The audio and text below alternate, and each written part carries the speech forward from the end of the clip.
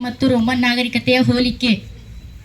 ಮೊದಲನೆಯದಾಗಿ ರೋಮನ್ ನಾಗರಿಕತೆ. ಪ್ರಸ್ತುತ ಇಟಲಿ ದೇಶದಲ್ಲಿ ನಾವು ಪ್ರಾಚೀನ ರೋಮನ್ನರ ನಾಗರಿಕತೆಯ ಕುರುಹುಗಳನ್ನು ಕಾಣುತ್ತೇವೆ. ಉತ್ತರ ಆಫ್ರಿಕಾ, ಸ್ಪೇನ್ ಹಾಗೂ ಫ್ರಾನ್ಸಿಯನ್ನರು ಇಟಲಿಯ ಮೂಲ ನಿವಾಸಿಗರು. ಗ್ರೀಕರ ನಾಗರಿಕತೆ. ಗ್ರೀಕರು ಉತ್ತರದಿಂದ ಏಜಿಯನ್ ಸಮುದ್ರ ಪ್ರದೇಶಕ್ಕೆ ಬಂದವರು. ಈ ಕುರಿ ಕಾಯುವ ಬುಡಕಟ್ಟಿನ ಜನ ತಮ್ಮ ಮೂಲ ಪ್ರದೇಶವನ್ನು ಬಿಟ್ಟು ಹುಲ್ಲುಗಾವಲು ಪ್ರದೇಶಗಳನ್ನು ಹುಡುಕುತ್ತಾ ಬಂದರು. ಸುಮಾರು 4000 ವರ್ಷಗಳ ಹಿಂದೆ ಜನ ಇಲ್ಲಿಗೆ ವಲಸೆ ಬಂದರು. ಕೆಲಕಾಲ ನಂತರ ಗ್ರೀಕರು ಹಾಗೂ ಇತ್ರಿಸ್ಕನರು ಬಂದು ಇಲ್ಲಿ ನೆಲೆಸಿದ್ದರು. ಇಟಲಿಯ ಜನ ಇವರುಗಳು ವಂಶಜರು. ಇಟಲಿಯನ್ನರು ಗ್ರೀಕರಿಂದ ಅಕ್ಷರ, ಧಾರ್ಮಿಕ ನಂಬಿಕೆ ಹಾಗೂ ಕಲೆಯನ್ನು ಕಲಿತರು. ಹೀಗೆ ಬಂದ ಪ್ರತಿಯೊಂದು ಸಮೂಹಕ್ಕೂ ತಮ್ಮನ್ನು ಅವರು ಹೆಲೆನಿಸ್ ಅಥವಾ ಗ್ರೀಕರೆಂದು ಕರೆದುಕೊಂಡರು. ಗ್ರೀಕರು ಮೂಲತಃ ಬುಡಕಟ್ಟು ಸಮುದಾಯಗಳಿಗೆ ಸೇರಿದವರು. ರೋಮನ್ ಸಮಾಜದಲ್ಲಿ ಪೆಟ್ರಿಷಿಯನ್ನರು ಹಾಗೂ ಪ್ಲೇಬಿಯನ್ನರೆಂಬ 2 ವರ್ಗಗಳಿದ್ದವು. ಪೆಟ್ರಿಷಿಯನ್ನರು ಸಮಾಜದ ಪ್ರತಿಷ್ಠಿತರು. ಇವರು ಮೇಲು ವರ್ಗದವರು ಹಾಗೂ ಭೂ ಮಾಲೀಕರು.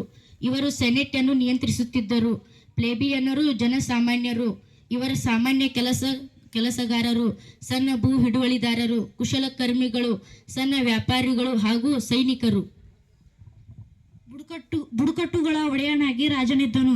ಇವರು ವೃತ್ತಿಯಲ್ಲಿ ಕೃಷಿಕರು ಹಾಗೂ ಪಶುಸಂಗೋಪನೆಯಲ್ಲಿ ತೊಡಗಿದವರು. ಇದಲ್ಲದೆ ಮಡಿಕೆ, ಖಡ್ಗ ಹಾಗೂ ಆಭರಣಗಳನ್ನು ಮಾಡುವ ಕಸಬುಗಳಲ್ಲಿಯೂ ಸಹ ತೊಡಗಿದ್ದರು. ವ್ಯಾಪಾರವು ವಸ್ತು ವಿನಿಮಯದ ಮೂಲಕ ನಡೆಯುತ್ತಿತ್ತು. ಹೊಸ ಪ್ರದೇಶವನ್ನು ವಿಸ್ತರಣೆಯ ಅಭಿಲಾಷೆಯು ರೋಮನ್ನರನ್ನು ಹೊಸ ಸಂಘರ್ಷಕ್ಕೆ ಎಡೆಮಾಡಿತು.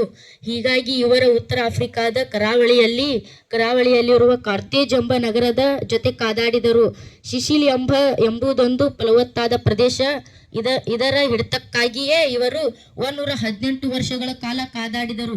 ಇದನ್ನೇ ಪ್ಯೂನಿಕ್ ಯುದ್ಧಗಳೆಂದು ಕರೆಯುತ್ತೇವೆ.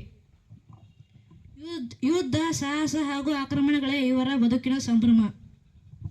ಪ್ರಾಚೀನ ರೋಮಿನ ಕುಸ್ತಿಪಟುಗಳನ್ನು ಗ್ಲಾಡಿಯೇಟರ್ ಎಂದು ಕರೆಯುತ್ತೇವೆ.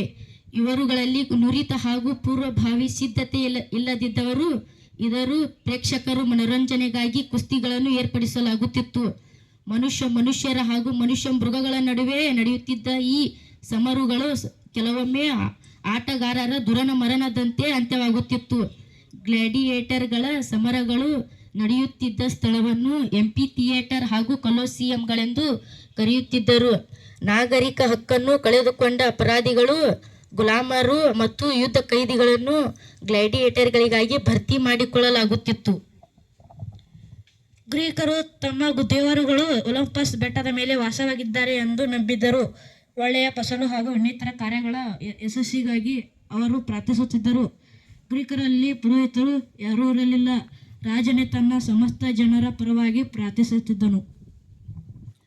ಪಾಂಪೆ ಮತ್ತು ಜೂಲಿಯಸ್ ಸೀಸರ್ ಪ್ರಮುಖರು. ಇವರಿಬ್ಬರು ಪರಸ್ಪರ ಪೈಪೋಟಿಯಲ್ಲಿ ಕಾದಾಡಿದರು.